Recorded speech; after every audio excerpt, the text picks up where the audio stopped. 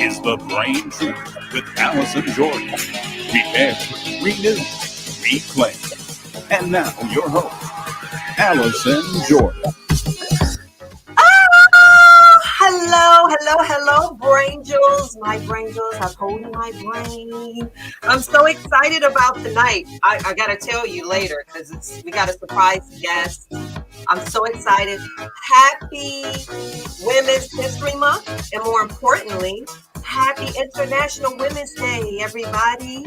And welcome to 2.9. We're at 2.9 of The Brain Truth with Allison Jordan on the Brain Truth Radio and iHeart Radio station. You can find us on YouTube, Facebook, Apple Podcasts, Amazon Music, Podbean, Google Podcasts, TuneIn Player FM, Amazon Music. Listen to us anywhere that you listen to your podcast. And of course, we're here every Tuesday at 7:30 p.m. Central Standard on thebraintruth.com. And I think we're going to be on Roku soon. I don't know. That's something Krishana could tell me. I don't know. I just show up. I just show up in my red. So as you know, today is International Women's Day, but it's also National Women's History Month. So as you know, International Women's Day is a global day celebrating the social, economic, cultural, and political achievements of women. And this year's theme is Break the Bias. So you'll see a lot of people doing this everywhere, right? Break the bias. So if you want to find out what this whole IWD movement is, go to www.internationalwomensday.com and find out how to get involved. I'm already a member. If you guys want to join as a speaker, if you're a doctor or a specialist or anything, you can literally register here and speak all over the world and find out all the initiatives they're doing. So check out internationalwomensday.com. So last week, we also talked about, briefly what's happening over in this war. I was actually, I think I spoke about it last week. So I've just been kind of obsessed with following a friend of a friend who 13 years ago moved over to the Ukraine, and he is teaching tango lessons. And I think I had said it before that, I had went through his timeline and I saw him, on one Saturday with his friends drinking and laughing. And then 3 days later, he's walking down the street with his son in a bomb-riddled town going to a safe house. And so I really, like a lot of us, want to know how to get involved or do something. You know how we're always compelled to just do something. I think it does something for our soul. Just me sitting back sometimes, and I try not to, watch a lot of the news, but we all just want to do something, right? So I got in touch with another friend who knew celebrity chef Jose Andres, who is helping feed the Ukrainians who are seeking refuge in Poland. So his nonprofit organization, World Central Kitchen, is stationed at the Ukrainian-Poland border, helping feed refugees. So if you want to find out how you can donate or give back, he's over there feeding thousands and thousands at the Poland border. Is go to WCK.org. That's WCK.org. That's World Central Kitchen. And you can donate money so he can continue to feed these refugees. Okay. All right. So let me get into the brain bit. So remember, every week we do the brain bit. Why? Hello, because wellness for the mind, body, and soul. And so we want to kick it off with a little laughter, because we know laughter is medicine, right? For the soul and for the brain. Okay, so here's the brain bit today. Now, I don't be coming up with this, y'all. So you can laugh if you want to. I don't care. I don't come up with all of these, but I will tell it anyway. Okay, so it goes like this. Young kid. Hey, brain, you're smart. So can you help me? What did my mom tell me to do again? Then the brain says, look, kid, your mom keeps telling you let things go in one ear and out the other. And then the young kid goes, so? And then the brain says, hey, I ain't got nothing to do with that. You better talk to Coca-Cola. Did I say that right? Get it? You don't have nothing to do with it. So the Coca goes through the ear. Anyway, whatever. Okay, so again, we like to continue to hear your brain bit jokes. So if you have any jokes, go to thebraintruth.com or just hit us on Facebook and Instagram, because that's where I get these. So don't be blaming me if they're not funny. They're funny to me. Okay, so let's get into our sponsors. All right, so our sponsors, of course, is Swabs and Swirls, who's offering free COVID testing for family gatherings, special events, and more. So you can get more information, go to swabsandswirls.com. So if you want to do an event, they are mobile, they go out, they do any kind of family gatherings, whether it's just one person or two people, they come to you, test everybody, okay? Pretty 1-2 Cosmetics, NAMI South Suburbs. As you guys know, I'm on the board. There's a lot of stuff that is going to be coming up with NAMI too, because we talked about the Sharing Hope initiative. So we're going to be talking about a lot of stuff, legislation and all this great stuff that's happening with NAMI and mental health. River Edge Hospital, Epic Arts and Entertainment, Patch Party Club, Brain Truth Wakanda, and the American Foundation for Suicide Prevention. So again, if you want to be a sponsor, which we always need sponsors, please go to the www.thebraintruth.com, or again, you can always cash at us at The Brain Truth, money sign The Brain Truth. And I got some really cool cash apps last week. I want to thank Prophetess June. I mean, she just like sews into me all the time. Our Brain Gang members who are watching out there, all of our Brain Jewels, our Brainiac board, our Brain Gang. And she sewed into me, and I was like, oh, I get emotional, but it's like she gets it, and I just want you guys to know, like, what we're doing here is so crucial. And some of the things that we are not talking about yet because we're in development on. So just so into it. I pay a lot of my interns and a lot of people that are helping me. We have to pay monthly on some of the streaming platforms, advertising, and all that stuff. So remember, help us out. Okay. So if you want to be a part of the Brain Gang, which of course you guys can go to our website and find out about, or become a Brainiac board member, or just put your company as a resource on our page, go to thebraintruth.com, learn out more. Okay, so let's get into the brain buzz. The brain buzz is just like something that's happening out in the world, okay?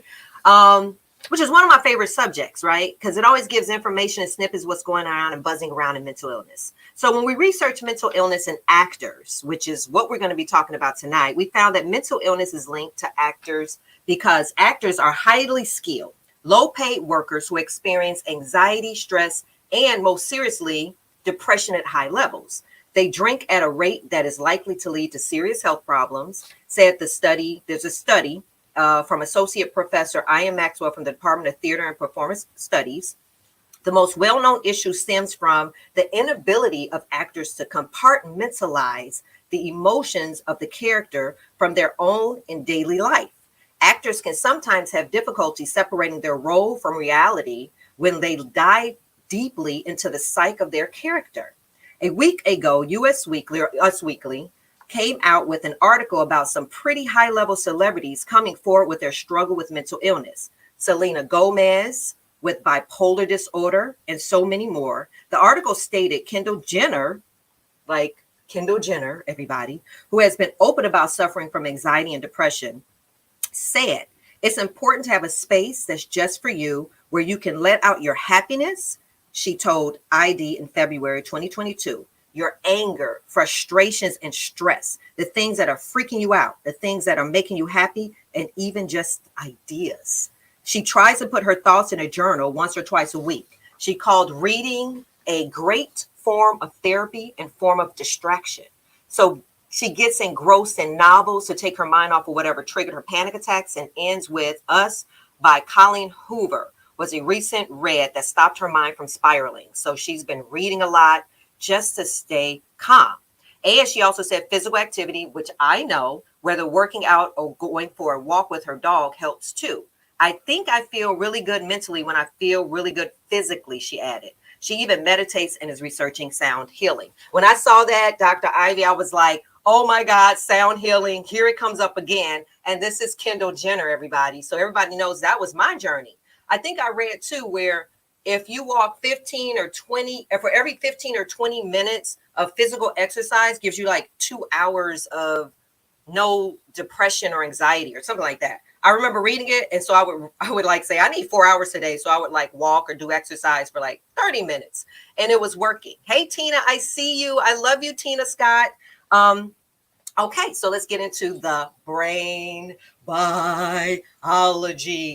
This is my fascination with things in the mental health community, right? The brain biology is all about something with the brain. And so ironically, when I did some research on like fame and the brain and all of that, this research was very hard to find people. Like I kept Googling things, and this one person kept coming up, and her name is Dr. Donna Rockwell. And she is a clinical psychologist who specializes in fame and celebrity mental health. Dr. Rockwell helps clients cope with the fame experience and successfully navigate celebrity life. She is a researcher and author of the only peer-reviewed study on the psychology of fame and celebrity, being a celebrity, a phenomenology of fame. She states, whether from the flash of a camera or the thrill of 1,000 Instagram likes, for the brain that translates to a cocktail of feel-good chemicals such as serotonin. We talked about serotonin before, which is at a basic level leads to feelings of well-being and happiness. Endorphins that reduce your perception of pain, and dopamine, which is often characterized as the body's own chemical pleasure producer. The brain adapts to this, which may be part of the reason why celebrities grow accustomed to their level of fame. Your neurons get used to a certain level of excitation and stimulation, says Dr. Rockwell, and then forevermore, you kind of want it to be at that level. Yeah, it's like a craving, right? When the fame begins to wane, it can then be difficult to adjust. And guess what, y'all? So after I did all this research, I just, you know me, I went out on a wing, you know, and I inboxed her on Instagram or Facebook or something. And I'm like, yo, you're like the it person for this stuff that we're talking about. And I knew Dr. Gettings is, you know, really busy. And so we're going to see more and more of her later. And I said, would you mind coming on here? And she went like, yes. And I mean, I didn't want her to know I was like screaming and crying and hyperventilating. She probably needed to process me. And then I had a conversation with her. She needed to process me because I was trying to keep calm and do my makeup and try to listen. It was just mind blowing. And I just, you know, I'm always humbled and thankful and grateful. When people get what we're trying to do here. And so she's here tonight, everybody. Dr. Donna Rockwell is in the freaking building, and I'm going to be bringing her on. She's going to have this conversation with me, and I'm just so humbled. So when I bring her on, you know, we can chit chat and we can talk about everything and all of that. So let's get into our show and let's give our disclaimer. The Brain Truth does not serve the purpose of providing medical treatment or therapy services, diagnosis, prevention, or cure for any physical, mental, or emotional issue, disease, or condition. As a member of our audience, you agree that the Brain Truth does not assume liability for any physical or mental disease, condition, or issue, or any other type of loss or damage due to any information shared on our broadcast. So tonight's topic, making it in mental health in Hollywood. According to research, actors experience significantly high levels of depression, anxiety, and stress than the general population. Today, our topic, this making it in mental health, is a discussion with top Hollywood insiders and Dr. Donna Rockwell. So let me, before I bring her in, introduce you to who she is. Donna Rockwell is a licensed clinical psychologist with private practices in both New York and suburban Detroit. She is founder and CEO of Already Famous, embracing inner celebrity, an online program and community inspiring women and girls to live their best, most authentic lives. And we talked a little bit about that because some big stuff that she's doing with that. She is a leading mindfulness meditation teacher, which right up our alley. Hello. Specialist in celebrity mental health, right up in this conversation. Hello. And an activist in contemporary humanistic psychology. With 20 years of experience, Dr. Donna is a mental health expert featured on TV, radio, and social media. Her research on the psychology of fame and celebrity has been featured in the New York Times, the Washington Post, Newsweek, the Wall Street Journal, the Atlantic, the BBC, the CBC, among many others. And I saw all of them. I stalked her for like a long time. She is a past president of the Society for Humanistic Psychology, Division 32 of the American Psychological Association, APA, and is on the editorial boards of the Journal of Humanistic, I gotta learn how to say that word, Psychology and the Humanistic Psychologist. She serves on the advisory board of the Existential Humanistic Institute. Wow, that's big. I've heard of that. Dr. Rockwell is an adjunct faculty at Saybrook University College, Integrative Medicine and Health Services, Department of Mind-Body Medicine. This is so deep. Like I saw that, but I didn't, because we're all about the mind, the body. I'm just so blown away right now, y'all. Co-teaching the popular course, Mindfulness and Meditation in Health. Her published work includes peer-reviewed journal articles and popular press publications on mindfulness, the psychology of fame and celebrity, and humanistic foundations on psychology and psychotherapy. The peer-reviewed journal article of her original research investigating the psychology of fame and celebrity. That is the only published scholarship on fame. Google her. We're going to put up her information later. She's dope. Let's see. We're not even at 8 o'clock, because at 8 o'clock, we're going to pause for traffic report. I'm moving so fast because I'm so dang on excited. But at 8 o'clock, I want you guys to know that we pause for traffic control. Traffic control is the opportunity for every single hour that you put in your phone, right? You get a chance to take a deep breath and do a self-check of where you are. So at 8 o'clock, even though we're in the midst of our interviews, we always stop at the top of an hour and we do a traffic control. So I'm going to have Dr. Rockwell stop us at 8 o'clock so we can do a mindfulness moment and do a traffic control. But right now, let's bring on Dr. Donna! Dr. Donna! Hey! Woo, girl! Me. This is awesome. Hi, Dr. Donna! Hi there. So nice to meet you, Allison.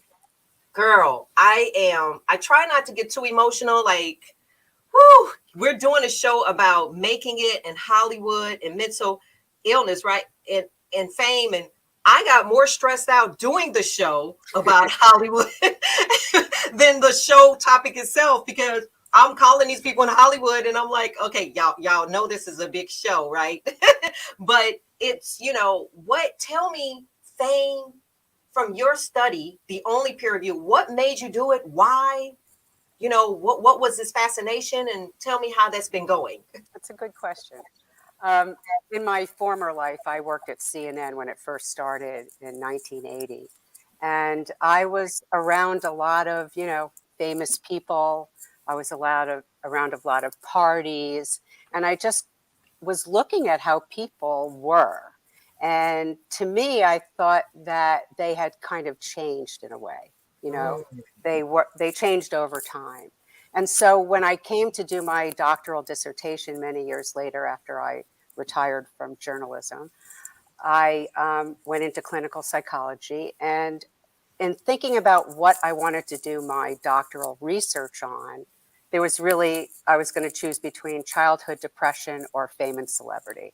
And I was like, do I want to be sad the whole time or excited? So right. I chose fame and celebrity. So I got in touch with a lot of people I knew from the business. Of course, when you're doing real research, you have to go before an internal review board at the university or the institution where you work. So it was very, very scientific, the whole process. So that's what I did. I interviewed 15 well-known celebrities in America. I can't say their names because, of course, right? Confidentiality because it's scientific research. But I talked to a lot of them, and I really got to understand what it feels like inside being famous. I thought when I went into it that I was going to think, oh, they all think they're full of themselves, Mm-hmm, mm-hmm. But after I got into it and I interviewed everyone, and as you say, took such a really deep dive, my heart broke for these people. And I got so much empathy and compassion for what it's like to be famous. We all crave it and want it, but we don't know what it actually feels like. So that's why I did the study.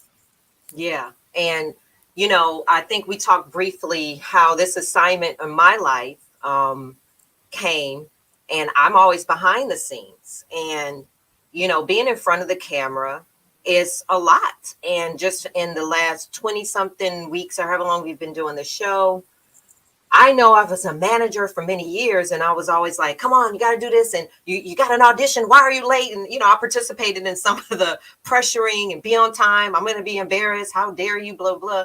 And now just being in this seat, I have a different kind of respect and a different kind of empathy like and I'm glad I have Dr. Ivy, and who gives us mindfulness all the time. And, and on this journey for me, because it's so close to me, and because I'm a person living with anxiety, depression, social anxiety, I kind of have to be careful of the added pressure, me knowing, because we're going to talk about the fact that no one really talks about it, right? And so even though they're experiencing anxiety, they're going to say I have anxiety disorder, but I'm openly saying it. And then I have to be careful, like right before the show, I have to make sure that I'm not, tachycardia and and just kind of, I'm excited in a different way, but not excited in a harmful way, Yeah, So get your mind and your body in sync. yeah, and it's a challenge. And I was talking to a friend today, I'm sure she's watching, and she said something like,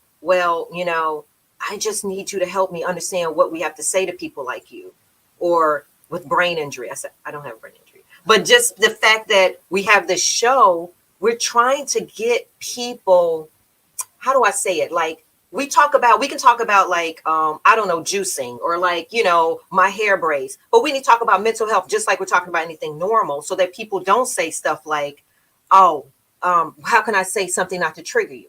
Well, I gave you a givey. I told people I'm suffering from mental illness, but it doesn't mean that you're going to say something to trigger me, because you could say something to someone else and you don't know that they have mental illness. Trigger is trigger. You understand what I'm saying? So in Hollywood is triggering, right? Isn't fame itself already a spotlight? Like Michael Jordan said once, I feel like when people look at me, it's like they're burning my skin and soul. Why does that feel like you? People look at me all the time.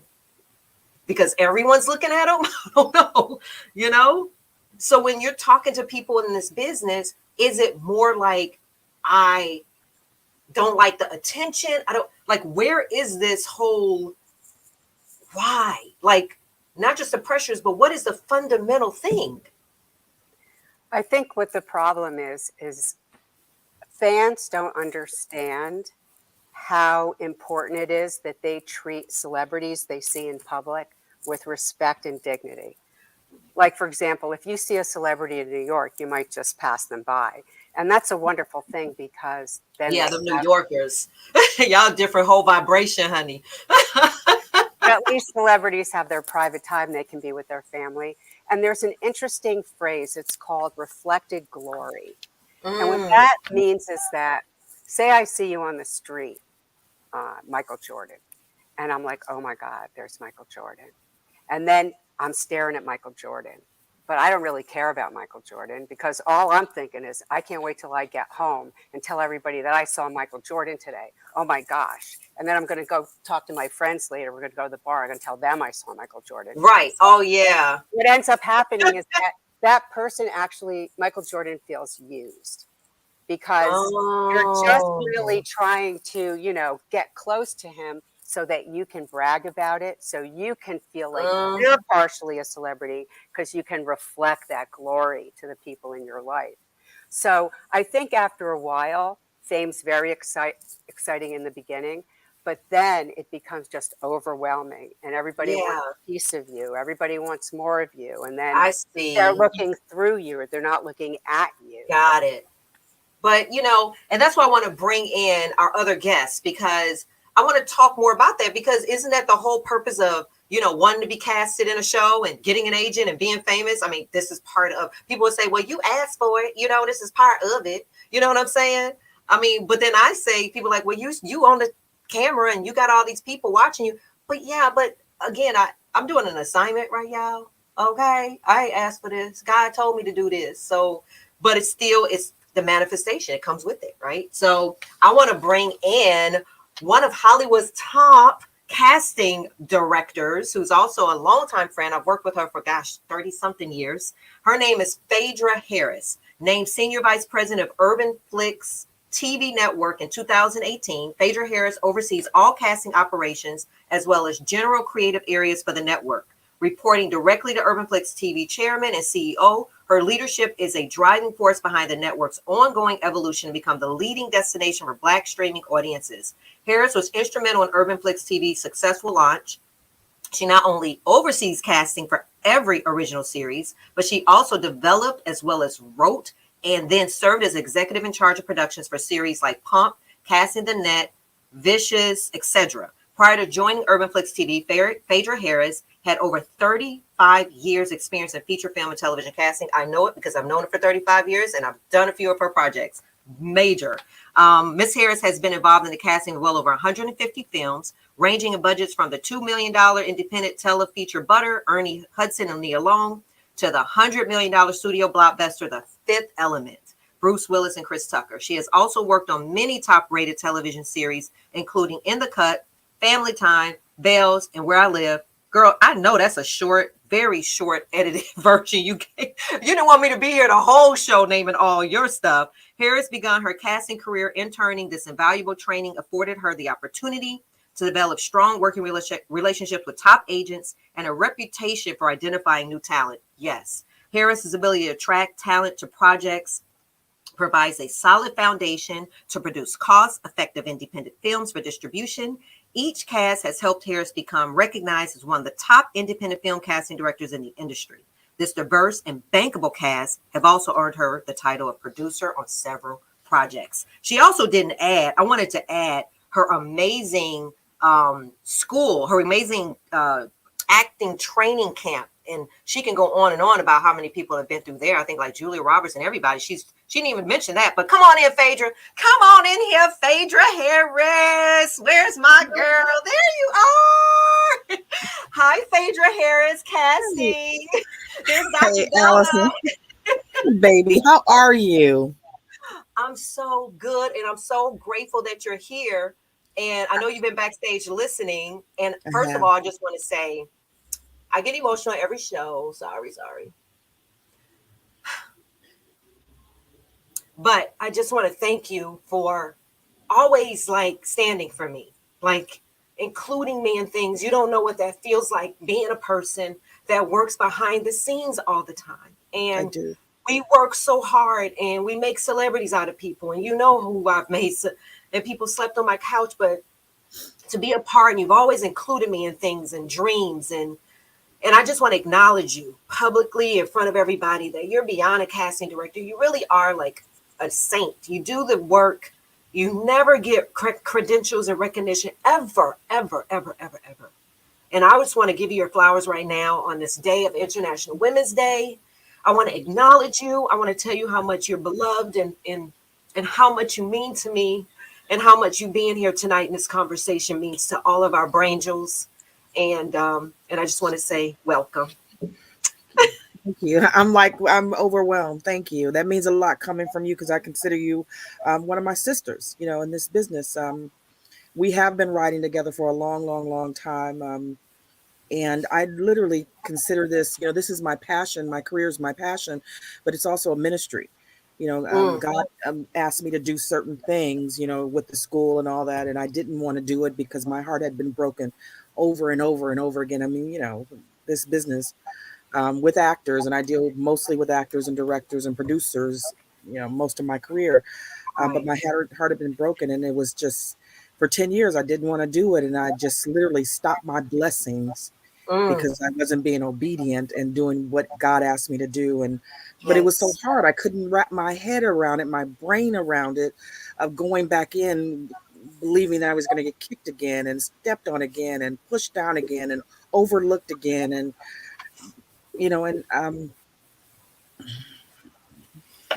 it's a here thing because I just couldn't literally wrap my brain around more abuse. And I just literally shut down and took the easy route and just put my head down and just worked, just plowed and worked and just plowed and worked, but I wasn't connecting. And you know, I have very few girlfriends to this day, because I just did not want to be, I didn't want to put myself out there again. So this, you saying that means the world to me. So, because somebody pushed me out front.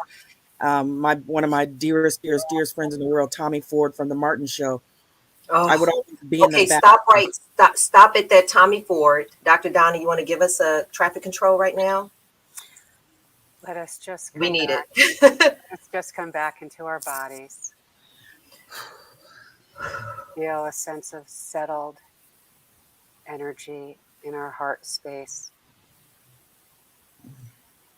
Follow the breath as it goes out and dissolves into space. Allow the in-breath. And once again, a long, slow dissolving, letting go, out-breath.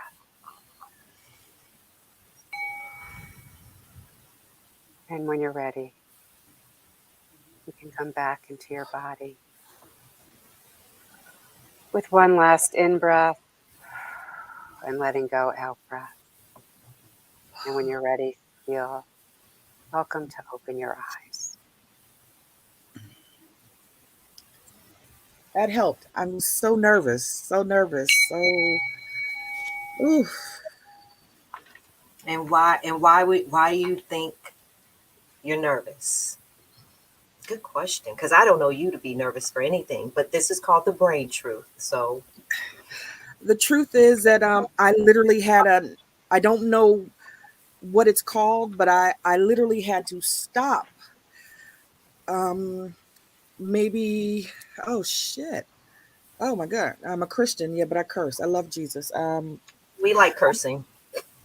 I had to stop like 2 months ago, and I literally went on Instagram Live because I thought I was going crazy. I thought I was losing it. And Mm. I was the pandemic, everything was happening, and I just couldn't get myself together.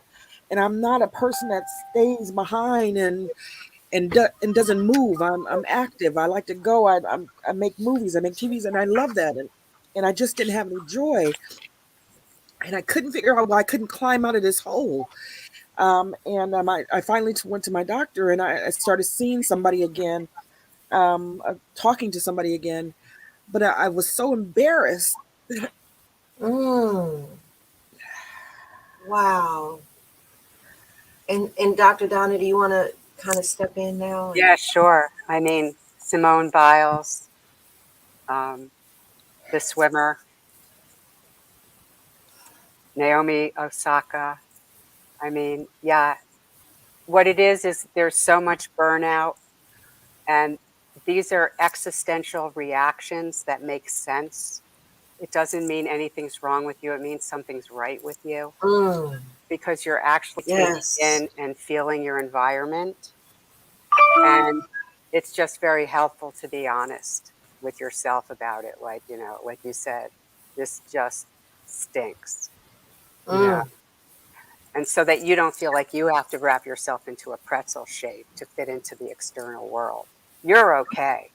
You just have to figure out how to deal with the toxicity in front of you. Yeah, it was a lot. Every time I turned on the television, one of my friends was dying. I was telling Allison, I mean, literally every time I turned on the TV, Michael Wright, Helena, with the whole Alec Baldwin thing, and it just kept going on and on and on. And Yeah. AJ Johnson, I mean, it just didn't stop. And you know, my brother Tiny Lister, I mean, it just continued over and over. And then we're in the house, and people are dying. And I couldn't get out. I couldn't get up. Yeah. And I literally talked to my doctor, and she referred me to talk to somebody. I mean, it wasn't the first time I talked to someone, but I have a lot of mental illness in my family. So I always check in, but I couldn't pull myself out of it, and literally started walking again. And I was trying to be honest because I felt like somebody else was going through the same thing that I must have been. That I wasn't going through it alone. You're not alone. I Not at all. spent 19 days in a psychiatric hospital from June 27th to July 15th. Yeah. I was diagnosed with major depressive disorder, anxiety, PTSD, and social anxiety. And I missed 9 days of my life in that hospital. And I said to God, I will make it my mission. If you get me out of here, I don't know what happened in those 9 days. When you think about mental illness, I was in a safe place. Yeah. You know, I had a group of doctors telling me, well, you slept all day. You didn't take a shower. You walking around telling people that we weren't talking to you, you know. But if I wasn't there, who knows, right? Yeah. And that's why we're doing what we're doing, is that not only are we talking about this, like we talked earlier, Dr. Donna and I, we want to make this conversation as normal as possible Yeah. so that we can help somebody. I had a woman inbox me, how you go on Facebook and talk about your mental illness? You're Allison Jordan, you're this and that. And I said, okay, so you told me to pray about your broken foot last week. My brain broke. But you openly put your broken foot in a cast on Facebook, and I openly put my broken brain on Facebook, and I said, pray for me. This is what's happening to me. And if we can say that and not be embarrassed, then we'll be okay. Yeah, That's I realized right. I wasn't Honest I with wasn't- yourself I is the true wasn't beginning of embarrassed. healing. I wasn't Thank you, embarrassed. I Janelle. was just I couldn't come out of it, and that frightened me. Well, It was let's bring in our whole team, so our whole guests, so we can get into this conversation and get some healing. Right? We got Dr. Donna here, we got Dr. Ivy here. We're gonna get us some healing. We're gonna talk about it, but then we might get some free psychotherapy because we got the major doctor right in the building, honey. Okay, so let's bring in I love Krishana Snipe. Krishana Snipe is one of my producers who very rarely gets to come on because she's doing all this stuff behind the scenes. But I thought it was important for her to come on today as a producer of this show, which is a lot of pressure. And the fact that she's also can be honest and transparent about what she's been going through. So we have a little story about what connects us. So Krishana is the Brain Truth producer with her background in information technology. She designs databases and apps, and she's the owner of Hats of All Trades, an IT consulting company. And she is one of the only women, not alone just women, but Black women over the entire data management system for the Chicago public school system. Do you understand how big that is? She is the beast, the woman. And like she said, hats of all trades. Come on in here. Bring your own self in here. Producer Krishana, hi. So this is Krishana. And then is this it? Is this everybody? No. Oh, I can't see backstage. Did LB make it? Yeah. Okay, so LB is here. Linnea Bell. We also call her LB. She is a CEO and entrepreneur at heart with more than 15 years of industry experience, a corporate executive and entrepreneur in communications, media, tech, and the entertainment industry. LB has worked for Fortune 500 companies as well as behind the scenes with celebrities. LB has a reputation for being one of the most aggressive and tenacious talent representatives in Hollywood. I know because I've known her for a long time. And she has been a talent agent for several years, representing high-profile clients in the entertainment industry. Fueled by her resilient entrepreneurial spirit, in 2016, LB founded the Bell Hall Talent and Literary Agency in Encino, California. The agency quickly made its independent footprint in Hollywood, representing many industry notables in the areas of film, television, theatrical, comedy, commercials, voiceovers, print, and literary. So let's get it in. And she can talk more about her GotCon.com and all the other stuff she's doing in Hollywood. She's a beast. Come on in here, LB in the building. Hi. How are you, Linnea LB Bell? Doing good. Thank you for having me. Hey, Phaedra. My Hey, sis, baby. love. Allison, love you. Welcome to the Brain Truth. Yes. Hello, Dr. Donna. Hello, Chris. It's a pleasure. So I'm glad we're all here. And we have gotten into this conversation. We were going to talk about making it for other people. Let's just talk about making it for ourselves first. How about talk that? about making it for other people. Let's get them snaps. So let's just really talk about our own mental health challenges, because, you know, you were starting off about Tommy Ford. I think we left it before we went into traffic control. So I want to bring it back to you, Phaedra, and then we'll slide on over to you with this question is, how are we doing? Let's do a check-in on ourselves. How about that? So go ahead and finish, Phaedra. It's just a brief story. When we are people that are in the background. We're not shooting for the spotlight or the stardom or the fame, and most of my friends who are celebrities are pretty famous, and I would always be in the background. And he just constantly just pushed me to the floor, and he was like, "You deserve to be seen," and it meant the world to me that somebody of that note and that that I loved and respected so much would just constantly just edge me forward, just kept pushing me forward. And it was just a blessing. So, I mean, yeah, that's all. I just wanted to share that. And how are you doing now? Like right now, like Oh, since that happened. I'm doing amazingly well. I've been watching The Brain Truth for the last couple of weeks, just trying to catch up on all the episodes. And it just made me think about it. Because I mean, I'm not embarrassed about having a brain moment. I'm not Right. embarrassed about that at all. I just want to know how to get out of it, or when it happens. Okay. I want to get out of it. I don't want to get stuck in it. And so that's why I talked to my doctor, and that's why I put it up on Instagram, because I wanted to not be held accountable. I don't want you checking in and saying how my brain doing or how I'm doing. I just want you to know that it was happening, and it's okay. I'm going to be okay. Whatever Yes. happens, God has me. Whatever happens, God has me. You know. Thank you. And so Krishana, so I know Krishana since she was a little bitty thing, and her father was my partner. As some of you guys may not know, not only do I work in Hollywood, but I also am a certified chef. I went to culinary school and I owned a restaurant, and her father was my partner, and he was a chef. He went to Cordon Bleu, which is like the Harvard of culinary. And we cooked together in the kitchen, and we had this little, we used to call it our little dance in the kitchen. We just knew how to move in the kitchen and cook. And while I was in the psychiatric hospital, Dion passed away.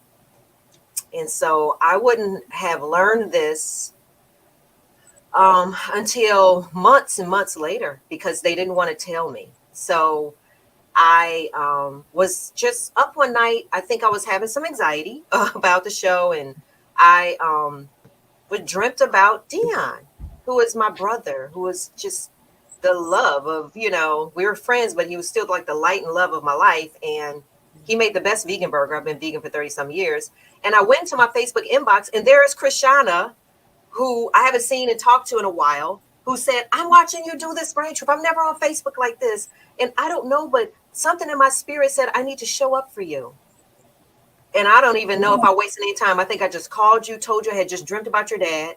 And then we just start crying. And then you've been with me producing this show. So tell us a little bit about how you're doing, because I know you told me about what this means to you in producing this. Well, yeah, watching it and seeing you being so open about the challenges you're having with mental health, and I had my own battle that I didn't realize, when my father passed away. That was like my best friend. Like, you have never seen a father-daughter relationship like me and my dad. Never. You've never seen it. Never. And it hit me really hard. Like, some people know me as someone who always got it together. Chris, she got it. She's cool. She's always together. But losing someone that kept me together, it was over. Like, what am I going to do at this point? So I went down, and I couldn't go to work. I was 5 months pregnant. I couldn't do it. I was just down, and I had to get help, and for somebody who always has it together, it's hard to say, I need help. It's hard. You can't, who do you ask for help when you're the person that is administering help all the time? Yes. And so I reached out to a therapist, and we started talking, and he helped me realize, yes, you need to take care of yourself. You've been taking care of people for so long. You've been doing so in order for you to get back up. Because I was on the floor, okay? 5 months pregnant on the floor, okay? And he's like, for you to get back up, you got to love yourself. You got to take care of yourself. You got to find that energy that kept you going before. And so I just had to do it. I like, he would talk to me, nope, that's not good enough. And I got to say, this man, I I don't know. I know you guys a couple of doctors around here, but he was a little tough with me, you know. And Your daddy wasn't tough with you. no, I'm talking about the doctor. Oh, I thought you said your daddy. I was like, you asked for 100, he give you $1,000. Yeah, I want to know. My daddy was no. The doctor Okay. was tough with me, and he made me be accountable. Like he like, okay, here's your list, and when we check back in, I want results. And if I didn't have results, he would like stick it to me. Like, didn't I tell you? Like, no, you need to get better. Like he gave me the energy I needed to push myself because he realized what type of person I was. You know, like you can, if I don't want to do it, I'm not gonna do it. There's nothing nobody can say. I'm just not gonna do it. You know. But he helped me channel that inner energy I needed to help me get off the floor. Because one, I was like I keep saying, I was 5 months pregnant. I had to bring a healthy baby into this world, and so I had to get off this floor because not only it was a little girl. I have a son. He's 6 years old now. And at the time, my daughter, she just made 16 months yesterday, but I had to get this little girl here, like our princess, you know what I mean? Like I had to get her here. And so I got up and I muscled through, you know, and it's the hardest thing I have and ever. the little girl looks like him. See? Yeah, she is. He like put it in you like this. This is yes, and it's so I crazy. talked to Dion like right before I went into the hospital. That was he called and he was like, "Oh, I beat COVID, everybody!" And he was so excited. You know, he was like, "Yeah, that's right, God damn it!"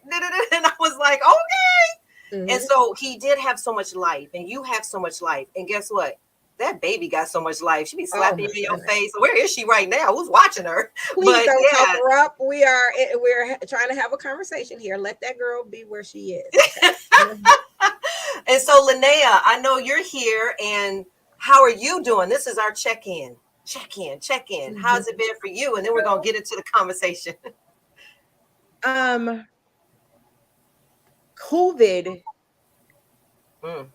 did me justice. And what I mean by that is the world slowed down enough and I was able to focus on me. Like when COVID happened, I grabbed my Bible and I went to Lene. It was no longer about just everybody else that was taking so many things from me that I couldn't fill me back up. I pushed back and I grabbed and I started having Lene time. And then I started thinking about what Lene needs to be complete, to do things, so I could actually start loving myself. So in these 2 years of quarantine, when people see me, they're like, "Oh my God, you I'm at peace." And right. I feel. I was gonna say you look like you aged 20 years backwards. I'm like, wait a minute, is that her? Is that special lighting, camera work? That you're always gorgeous, but you look amazing. But that's what happened, and most people were like, "Oh my God, my life was destroyed." And I saw all the things that were happening, but for me to get on a path for Lene, I had to pull back. And again, the blessing for me was when COVID happened. Not that I lost people. AJ Johnson used to even be one of my clients. But what I needed for Lene, because I was a walking verge of crack, meaning I was walking crack at some point because of the pressures of the industry, the loyalty, the lack of. Phaedra, I heard you talk about being burned. Agents get burned left and right. We book, we don't get paid. There's so many things in your life, right? And the things and the trust that you think you have was so shallow. And then you start making that, you start thinking it was about you, right? Yeah. You start making that a personal thing about yourself. And again, in that moment when that happened, I got to pull away. And that to me was my blessing. That to me was me being able to stand. I hear a lot of those stories of like an opportunity. Well, when I came home from the hospital after being gone for 19 days, my husband left me after 3 weeks.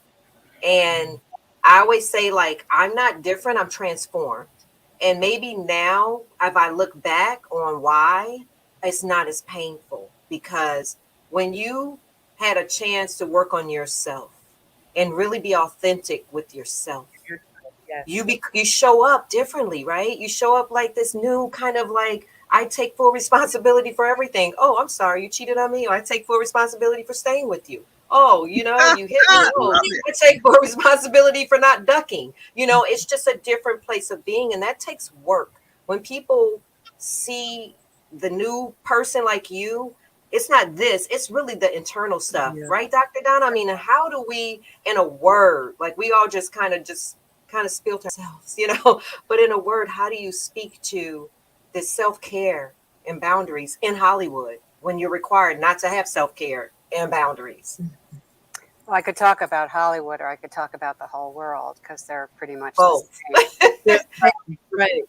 You know, we're women, and we take care of people. We are Yeah. caretakers, and you know, look at it or not, depending what you want to do. But we live in a patriarchal society.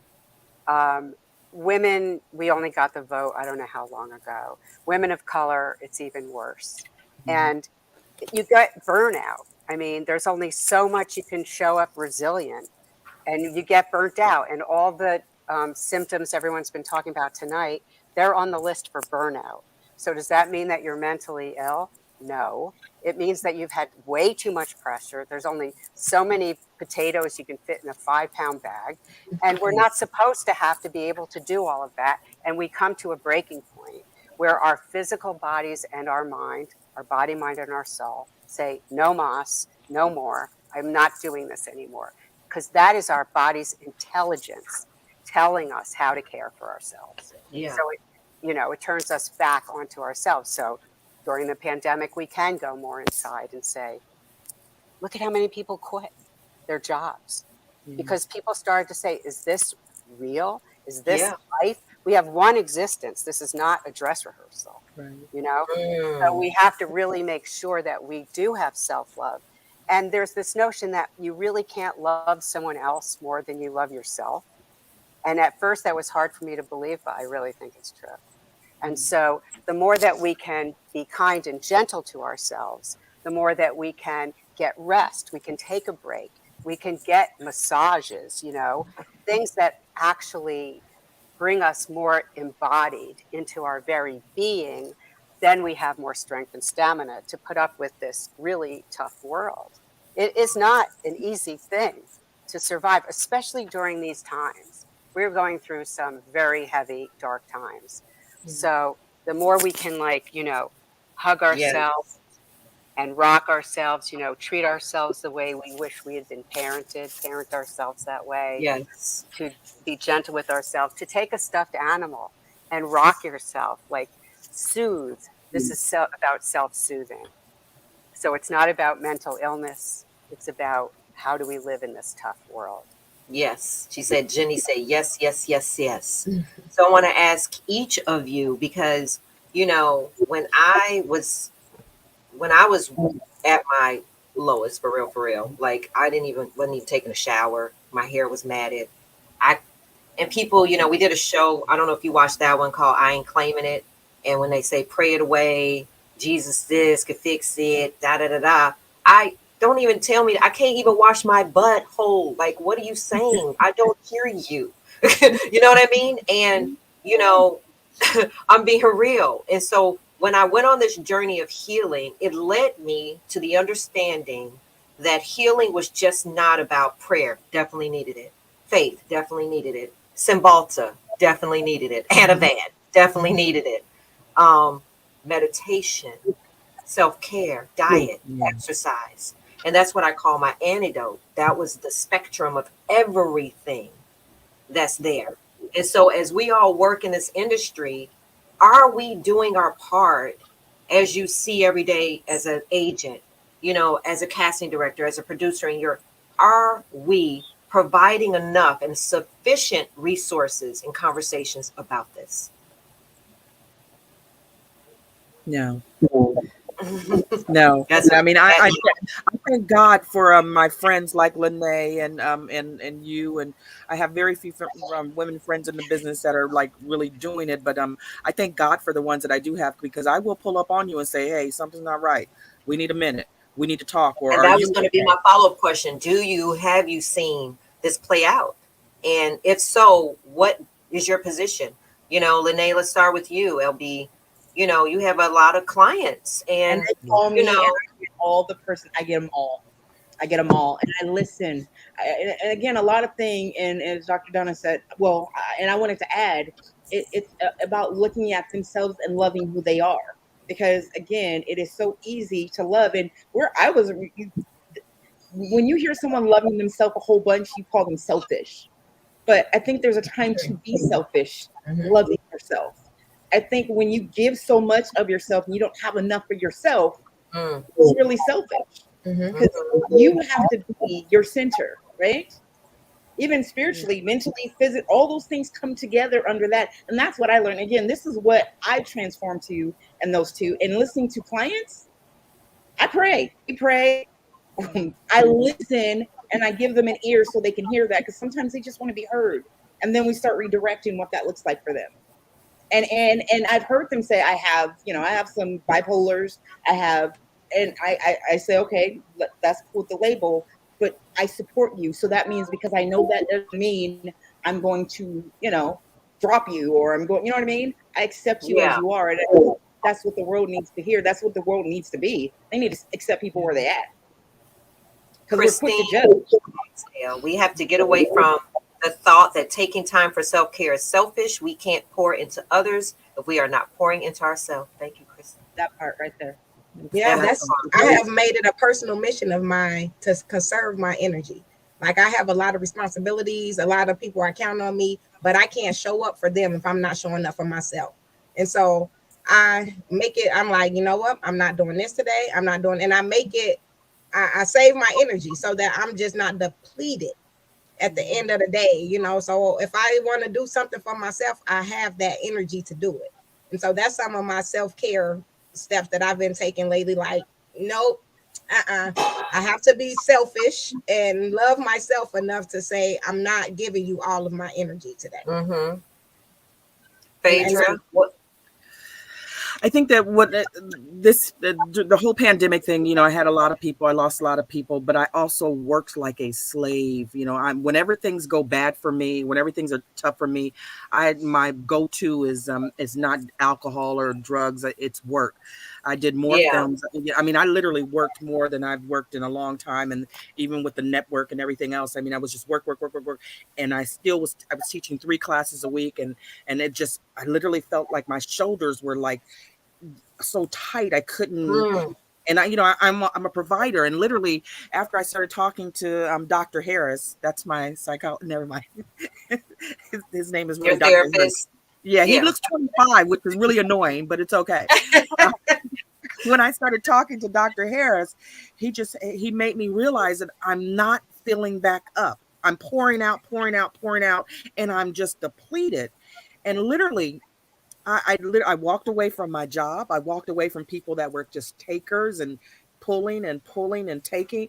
And I just literally woosad and started walking around the freaking park and mm, spending time with me. And I'm not mm, 100%. I'm not back to where I was, racing and going, but I'm taking baby steps to just remember who I was before I was so wrapped up in fear and grief of all my friends going and, people in the hospital and having to be a provider and taking care of people. And I haven't started back to teaching this year. And I usually start back right at the first of the year, right after Martin Luther King Day.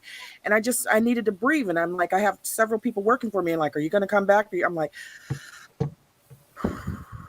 I just need to breathe yeah, right now. Just want to breathe yeah. right now. I'm good. And I know I love teaching. Please don't get me wrong. I mean, I did it for free for 7 years at my church. I love it, love it, love Girl, it. just say no. Somebody said that a few minutes ago. No is a complete sentence, honey. What did they say? They didn't say that. They said no is, what was it? The no is self-empowering. Right on, Wanda. I say no is a complete sentence. I have learned in these last 2 years to say the word no. Sing it yeah, too. yeah, Kristen said it here. You Do the gotta happy protect dance. your bandwidth. Do the jazz hands when you do it. Yeah, when know, you say no, you're protecting your bandwidth. It's so There you hard. go. I mean, people always talk about Hollywood people. Sorry, LB. People always talk about Hollywood people. We're always waiting for the next gig, or it's so much money on the table, and you're like, you can't turn this down. It's just got all these people thinking that are depending on you. So I mean, it's a lot when somebody offers you a lot of money, and and a lot of the things that you've been working for 40 years to get to, and to be able to say no, it's a lot. I mean, I literally, Yeah. I said no. And I mean, I was scared to death when I said no, because I'm like, are they going to think I'm weak, or are they going to think I can't handle this, or, all those things went through my mind. But then I'm like, I just want to, Mm. Mm. and I You got literally, Donna, I mean, say something, I, Donna. yeah. Doctor. You got to be able to do that, because really everything you're describing is just one simple thing. It's burnout. Mm. It's burnout. There's only so many years we can go through this without getting burnt out. And then it's supposed to be okay to not be okay. Like you need to take a break. Your neurons need time to stop Mm. so that they can start again. That's the beauty of meditation, is that you stop. It stops you from thinking, of Yes. ruminating, of worrying, you need a break in that. And so I think that what happened in your life was perfect, and that you needed a break, and Mm. you needed to reclaim yourself. I was telling Allison earlier today, like if you look at feminist literature, they talk about like raising Ophelia, that we're cool, we're together, we're strong until we're like 9, 10, 11 years old. And then all of a sudden we're looking at the boys next to us, or we're comparing ourselves to the girls, and we lose ourselves. And then we get to be about 35, 40, somewhere in there. And then we're like, I need to reclaim that girl. Where is she? I want her. Right. So it's really a very normal process to go through. And it's actually quite beautiful that you are at this stage right now where you're reclaiming yourself. It's like Phoenix from the ashes, it's your own resurrection. Yes. So it's a beautiful thing, and you can love yourself for being where you're at. I read this book once called Sitting in the Fire, and it just meant we have to be able to sit in the fire, to sit in the pain, to sit in the sorrow. Sit in the fire. And Ouch. then it passes. The fire, Okay. the emotion, Okay. sitting in the fire of depression, of anxiety, Mm. wanting to get out of it is Yes. part of what makes us not be able to get out of it. If we Yes. sit in it, and like I was talking before about that long, slow dissolving out breath, that's the breath that trains the mind to let go Mhm. of everything, of thoughts, so it's just going out into space. If we can do that, then we're actually letting our neurons stop and start again. If we just keep going and going and going, they can't do it. So we do need to be good to ourselves, kind to ourselves, self-loving. And once you start, since it's healthy and it's really good, you can't stop, and it's not selfish. It's, they talked to the Dalai Lama over in Tibet, and he did not understand this concept of lack of self-esteem, because they don't have that over there, because they're mostly thinking about service, or how can I make my community better. And, Right. and it's like the story of the circle, like how do we feed each other? Everyone is in a big circle. We have these big long spoons, but we can't like reach our own mouths, but we could reach across the circle and feed each other. That's more of a community way of living. And that's what we're doing right now here is 5 women, 6, one waiting to come on. But that's Right. what we're doing here, is we're creating community and we're healing together. Exactly.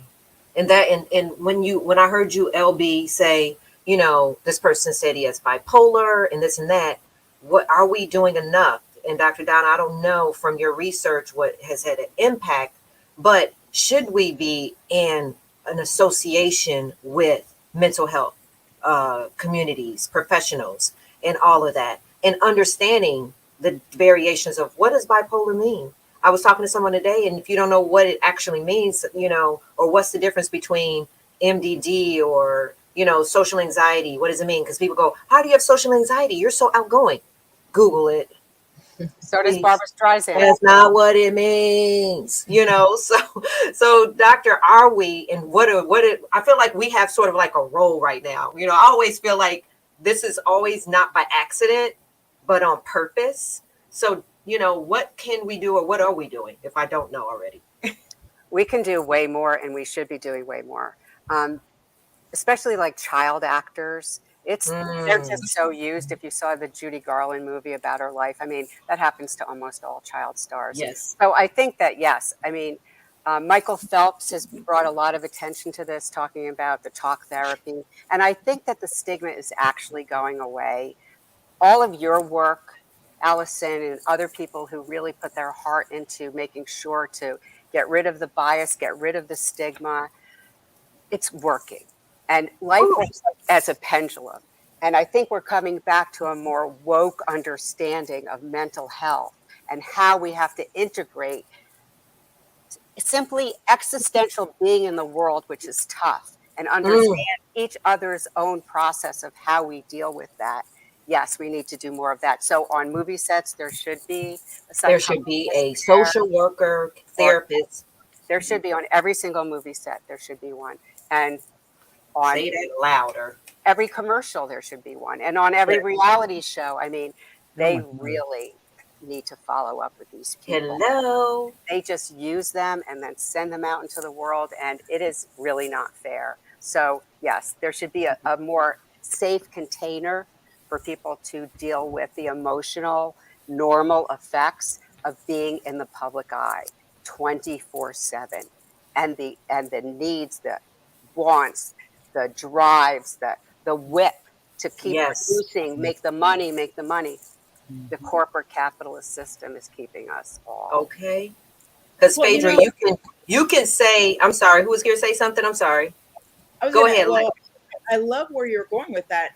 Just like how we say, do you have a coach, an acting coach? Are you in classes? Right. Exactly. New people are people that have burnt out or they're coming back. It's saying, hey, you know what? Who do you have? And then here's some additional resources. So I think absolutely we can talk about because we do it, and it is part of your growth factor.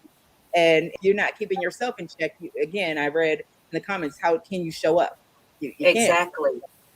And LB, you have the people's careers in your hands. You know what I mean? And like, I know what your day looks like. I've seen you work, and you know, you've got 100 people. You got to get their calls out, and then they're not running late. The casting director's calling, and you got feedback. And like, did I get the part? You know, you and Lene, you and Phaedra on two different sides, because she's the one you got to call Phaedra, and Phaedra's always good. This is why you had to sit down, because Phaedra's good about answering your call as a casting director, and don't even sound like out of breath. She'll just be like, yep. And yeah, so the reason she didn't get the role is because, you know, blah, blah, blah. And I know she had like 100 people she had to share that information with, right? And so for me and Phaedra, depression hurts. That's all I can say. I don't even know how to express it. I always say I wish they can do like a simulation of what it feels like. It doesn't matter what my resume look like. It don't matter nothing. You can look at Regina King's son and be like, he went on every red carpet. She loved him. She included him. And look, oh, the beauty queen, she's so gorgeous. And because this thing up in here, this brain right here has its own trajectory. And if we don't take care of it, like Dr. Donna said, it's going to do what it wants to do.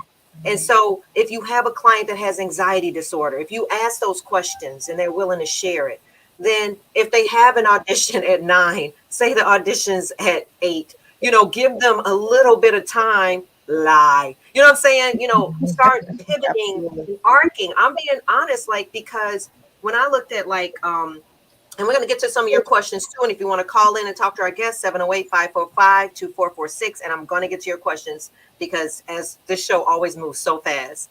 I was thinking about years and years ago, everybody knows I have friends in Hollywood. I'm not trying to name drop, but Denzel Washington is one of my friends. And I remember after he did Malcolm X, I was with my sister, Krista. We went to this club, whatever. And she goes, oh my God, I think that's Denzel over there. Like, she didn't know.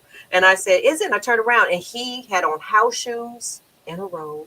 He had just finished doing the Malcolm X movie and he was still Malcolm X or something. And I was like, are you okay? He was like, Allison. I'm like, are you okay? And he was still like, how you doing? Like still talking, you know. And then even my sister who did the TLC movie, she played T-Boz.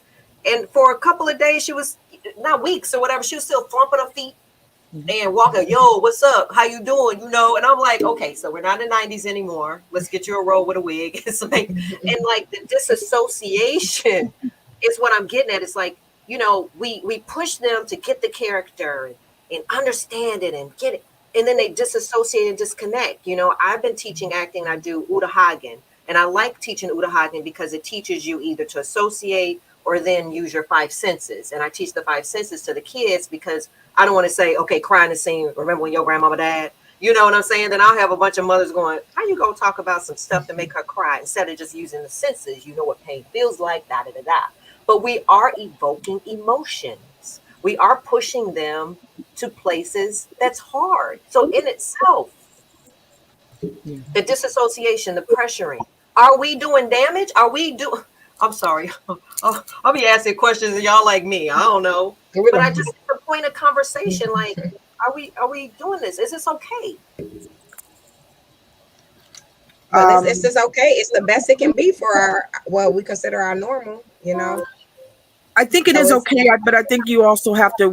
What Dr. Donna was saying is that we have to have some backup on those sets and around us. And it's not just for the actors. I mean, I love actors. You know, LB, by the way, she's one of the hardest people to negotiate in the whole wide world. She's my girlfriend. And she's my girlfriend. I'm gonna need that extra penny on that back end. Cut it out. I mean, I have to go to the girlfriend thing and say, I'm calling girlfriend code right now. Cut it out. She's a ruthless negotiator, but I love her for it. We all wear roles every day. You know, I wanted to be senior vice president of a network for so many years, and I've been senior vice president of this. And so you put this role on, and every time I put my glasses on, I realize I turn into her, and I'm like this strong, and I can't be weak. I can't be soft. I can't be this. And then I have to guide people all the way through the process. And most producers, you know, no pat on my back, but most producers do one film, one TV series a year. We did 4 at one time, you know, and it was all women running this network. And but we think that we can do everything, or we have to do everything, or we try to be pleasers and make sure everything is done. Everybody's playing a role, and sometimes you just have to take the robe off, take the slippers off, and just go back to being. I mean, I literally just go sit in my car or go sit at the park and read. And I have a million things I want to do or I need to do, but sometimes you need to read. But don't ever negotiate with Lene Bell. That's all I'm saying. She just called you out, honey. Let's get to some of these questions. You want me to do that for you?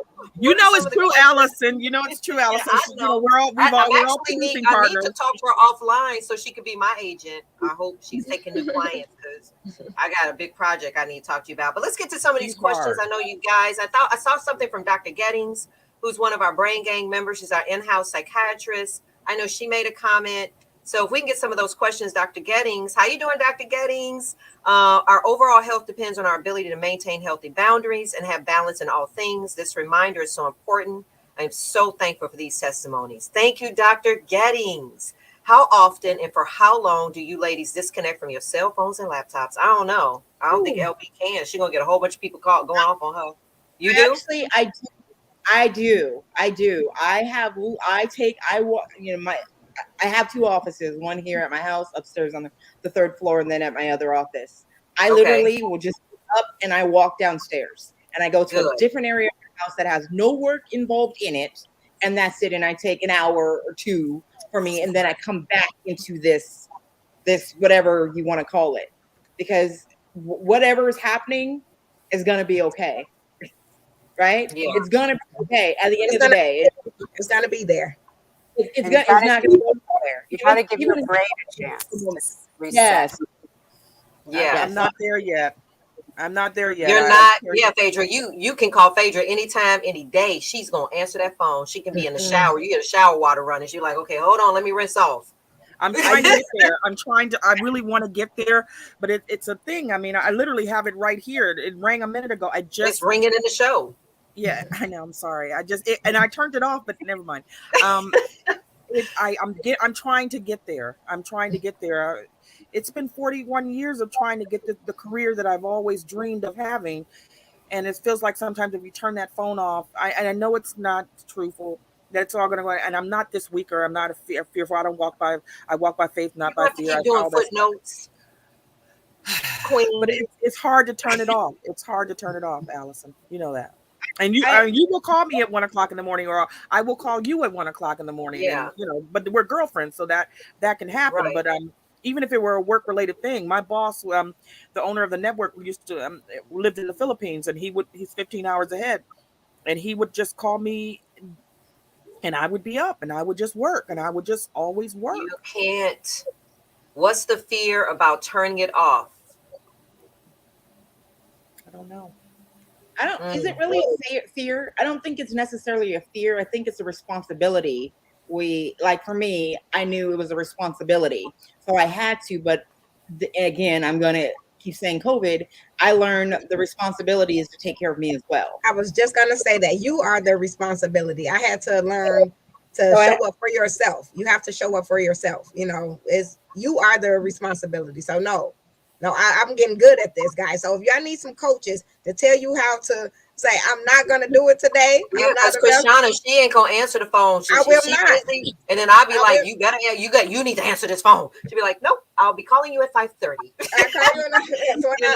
You got to, because I will be drained if I'm trying to please out while I'm already doing the job and doing another job on top of another job. You know, I will be depleted. So I have to set my boundaries so that I can keep going every day, you know, or it won't happen. But I learned, you know, over the years of being in this business is that I was definitely where you at, Phaedra. I mean, you know, it took a lot, and this is just 2 years in. So think about it. Same like you, and I can tell you, and I can be a testimony, just like you said, how you felt when I went down. It was just so, like, looking back, I had to have that happen, or it would have took me out, you know, because it's really hard, this industry. I remember when I worked for Wesley Snipes, and he would call me at 2 a.m. and not even ask any questions. Just, the car is outside. I need you in New York. We have a meeting in the morning. And I'll pack up my baby, get on a flight, go there. And then he's sleeping until noon. I'm like, you're kidding me. It's the meeting at 9. Hold on for a minute. And it's like, you know, in these stories, I'm saying, yeah, quote me on it, whatever. This is what my life looked like. I'm being transparent. It's all true. That's how it works.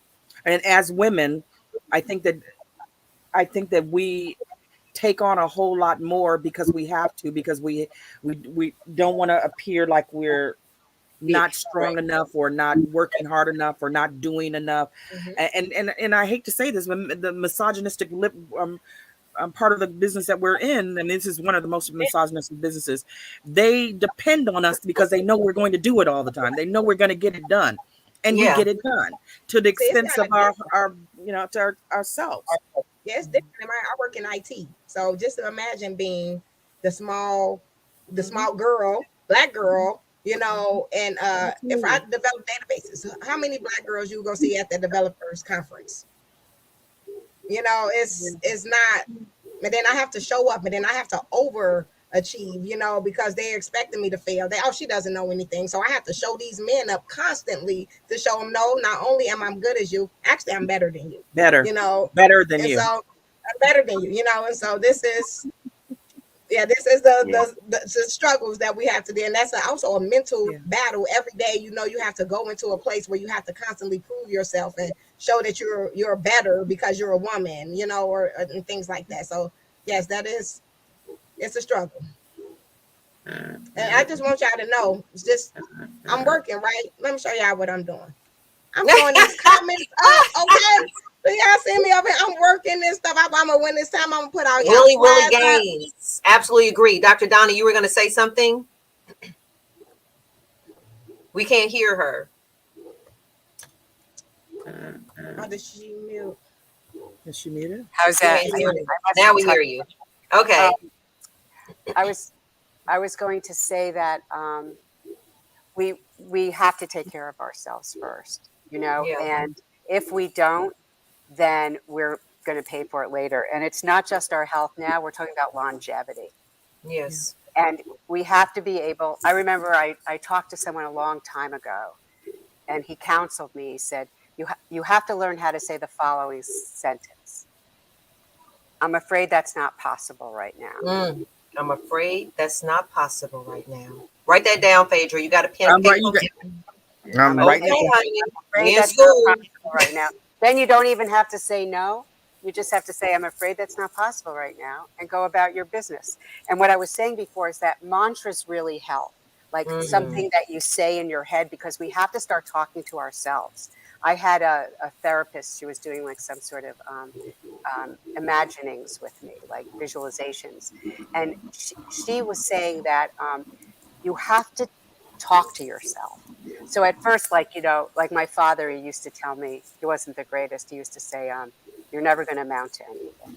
And she told me that I was supposed to answer that back in my head and say, that's a lie. That's a lie. So at first it seemed really dumb. But after a while, it was like, that's a lie. And then, like, you know, 3 months later, it's like, that's a lie. You know what I mean? Yeah.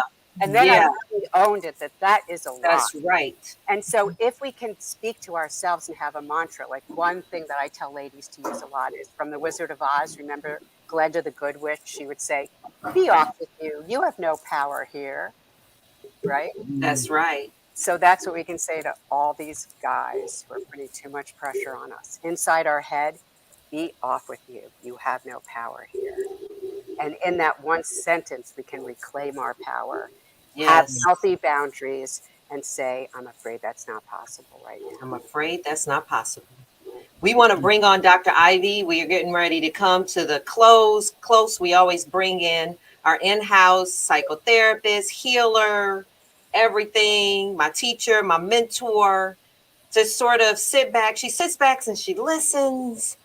And just so you guys know, I don't know how much you guys watch the show. Come on in here, Dr. Ivy. Hi, Dr. Ivy. Yeah, Dr. Ivy really got me on my journey of healing, Phaedra and LB. I talked to you, Dr. Donna, about her. And that's really what led me to be the yogi that I am today, because she introduced me to Dr. Sister Jenna. But what have you been hearing, and what can you add to the soul and the spirit of where we're at right now? Oh boy, I tell you, just listening, every show is so powerful, and the collective energy, particularly of tonight, with this female energy, that we talk about our strength, we talk about our power, but in the depths of the night of the soul, we experience our own emotions, and most of the time all by ourselves. And the thing about it is, we do have to find a way to come out of our own mind, sitting there all alone. And this is an opportunity for all of us to open up, because we all have a story to tell. And what I am learning is, in my world, what we call the spiritual crisis. That when you find yourself in a space where nothing seems familiar, where every hole that you step in seems like it gets deeper and it sinks even deeper, and you're not able to find your way to the top, even though you know how, and even though you understand exactly where you are. But I agree with the doctor who says it is the first sign of burnout. And if we don't respond to it, like taking rhythmic pauses in life, because the faster we go, the quicker the end will certainly come.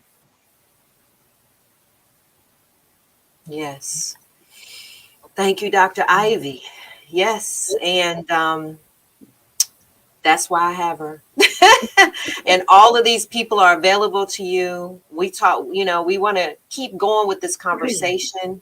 We've got Dr. Donna, who's going to be joining the Brain Gang. And if you go to thebraintroop.com, we do have a tab that has all the resources. We're going to add you, Dr. Donna, as well. And that's why we're here, LB and Phaedra. We've got another conversation post this, and we're going to keep this conversation so that we can figure out how to collaborate in a different way. We've all collaborated before, but this collaboration that I'm at, this place that I'm at, y'all, it's on a whole nother vibration of healing in a way that we need today. So final words, starting with you, Krishana, and then we'll go to Dr. Donna's, and then LB and Phaedra.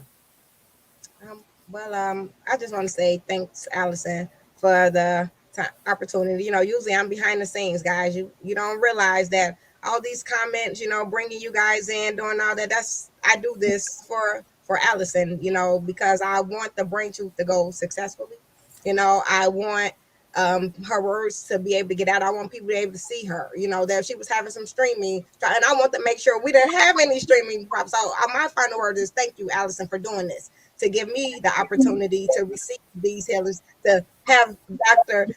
Ivy singing to me with her angelic voice, and in the sound spa, Right. and like just everyone pouring into me. Like, I just thank you for the brain truth. This is a blessing.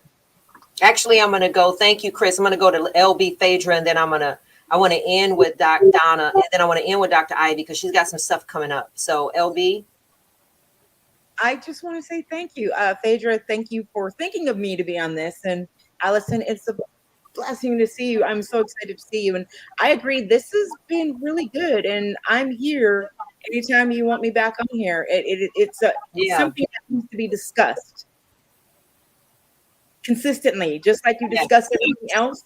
And then again, once we get away from the judgment of things and just look at things for what they are, and know where you can get the resources to get that taken care of, I think the better we'll be able to balance out all these, you can't do this, you can't do this, how you're looked at. You just start getting a chance to do you. I always tell people, do you, be you, and just, you'll shine from that. Just make sure you're doing you. Great. That was awesome, LB. Well said. Phaedra. I just want to say thank you, Allison. We've been friends for a number of years, and I really needed this. I mean, just for my soul. I mean, I've been in therapy for years, and I'm a Christian. I love Jesus. I love the Lord. I know that He is my healer. He's all that. But sometimes you have to remind yourself. I mean, I teach, I've been teaching for 20 years to actors, and I always tell them you have to put your oxygen mask on before you can save somebody else. And I know all this stuff, but sometimes you need to be reminded. And this was a reminder. Because I mean, you think you're okay. And I think, God slowed me down 2 months ago, and I needed a reminder. And then you called me literally right after that happened. And I was sitting in my car and we were talking on the phone. Remember? It was like 2 months ago. Yes, I did. Because you said you had been through some stuff too, but you didn't elaborate because I was telling you what I was going through. And you see, that's what I'm saying. You didn't even tell what she was going. That's who you are. You going through the same. You over there holding on to the cliff, and I'm like, I done fell down the cliff. And you're not even telling me you falling off the cliff. That's why I love you. But I want to make it really clear. Even if you think you know this, even if you think you got it together, sometimes you need to stop and remember, relearn all these things all over again. Don't forget, put your own oxygen mask on before you try to save somebody else. Yes. Dr. Donna, thank you. Well said, Phaedra. I just want to say thank you for having me. I can't wait to be back. And self-love, self-compassion, self-dignity, self-regard. Dr. Ivy. It's so wonderful to be with women, heart connection. Oh, my thank you. I would, my final words, all of a sudden, when Dr. Donna started talking about sitting in the fire, it made me think about sitting in the sweat lodge and the power of the sweat that comes from the fire that heats the rocks, that pour water onto it in order to get the life or the steam from the heated rocks. And I'm reminded that as we begin to continue our own healing process, that we have to remember to tune up our body, our mind, and our spirit with the fire. And that fire can show up looking all kinds of ways. But right now, the fire is energy. What do you have to do to find that energy, to revivify yourselves? And that's why, we talk about sound healing being the new medicine, because those frequencies can literally speak the soul language and revivify you at a cellular level and renew your entire being. Or reset brain ratio is what we call it. Is if you can reset your brain ratio, then you can reset your entire nervous system, which gives you more life and more joy. So Thank I you. encourage you to reset on a regular basis, tune up periodically your entire Yes. being, and that means every day, at least 2 times a day. And I want to, on that note, I want to put up how you can reach our guests. And specifically, I want to end with how you can reach Dr. Ivy, because she's dropping finally her LP. So if you want to get in touch with Phaedra Harris, please go to Phaedra Harris Casting at LA and just see what she's doing. Get in touch with Linnea Bell. These are her social media, linneabell.com. I don't know if she's taking agent clients, but try it and then get in touch with Hats of All Trades, Krishana Snipe, my producer. And if you want to learn more about Dr. Donna, go to donna.rockwell.com. And then for Dr. Ivy, she's got this amazing evening meditation and conversation. It's on Friday, March 11th. And we're going to put this hopefully up on thebraintroop.com, but go to drivysoundspa.com. And you can totally join this and understand her sound vibronics. It's really helped me, and it's really groundbreaking what it does for the endocrine system and the cellular rejuvenation and healing. You'll be very, very, very, very impressed with the work that she's doing. So, wow, that's our show. Like, it goes by so fast, but we'll see you next Tuesday again here at thebraintruth.com. March 15th, we're still going to be celebrating Women's History Month, and we're going to actually be talking to the keto supermom of 6. Her name is Angie May, who became a widow after the sudden and tragic death of her husband. Then after working and turning her tragedy into triumph in 2020, had another loss when her house and everything she owned burned down.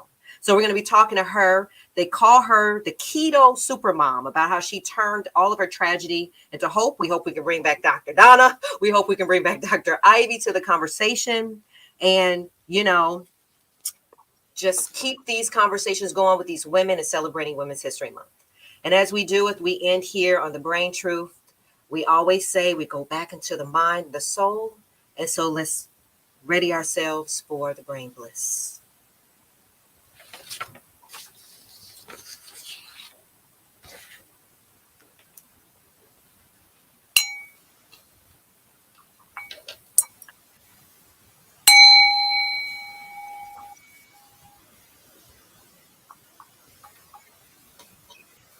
And I'm always humbled to show up for what's possible.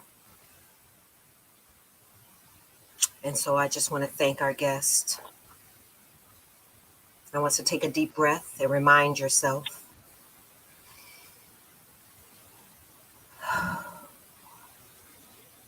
I am a peaceful soul.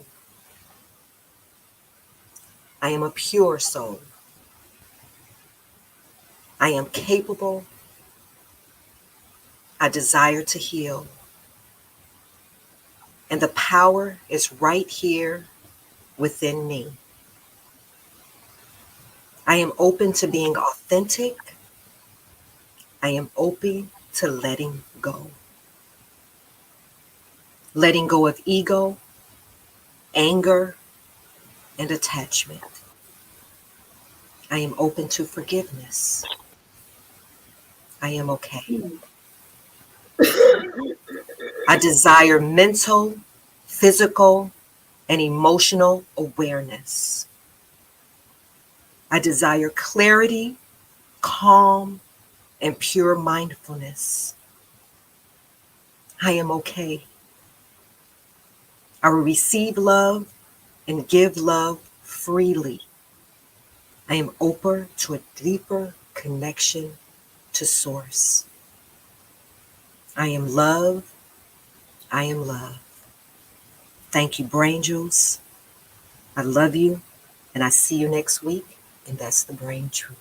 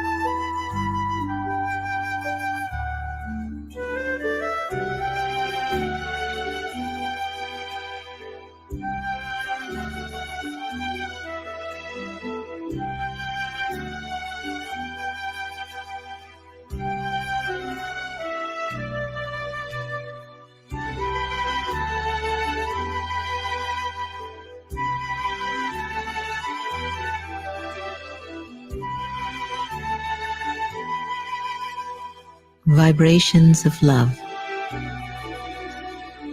And some say love is a verb. But much deeper than that, love is a vibration.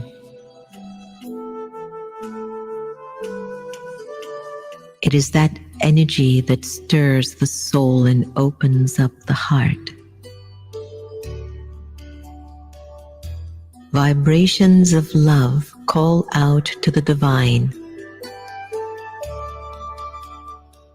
that connects us with the beauty of life and the oneness of it all. I need not to say it with words, although it is always nice to hear. But greater still is to feel it. Vibrations of love lift me higher, and I fill the empty spaces within the soul. It is the divine in its purest essence. It is me at the height of my being. I am vibrations of love.